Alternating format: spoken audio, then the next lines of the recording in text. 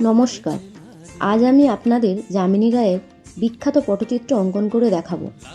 যামিনী রায় ছিলেন একজন বিখ্যাত বাঙালি পটচিত্র শিল্পী, যিনি বাঁকুড়া জেলার বেলিয়াতোড় গ্রামে জন্মগ্রহণ করেন। তিনি বাংলার বিখ্যাত লোকচিত্র কালীঘাট পটচিত্র শিল্পকে বিশ্বনন্দিত করে তোলেন।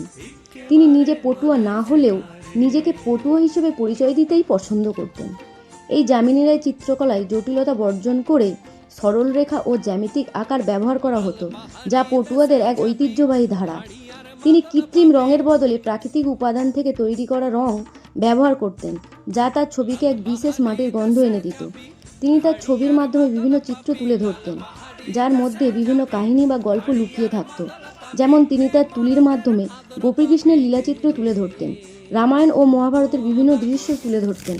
এছাড়াও তার অঙ্কনের বিষয়বস্তু থাকত সাঁওতালি রমণী। আমি তেনার আঁকা বিভিন্ন বিষয়বস্তুর মধ্যে এক সাঁওতাল রমণীকে তুলে ধরেছি।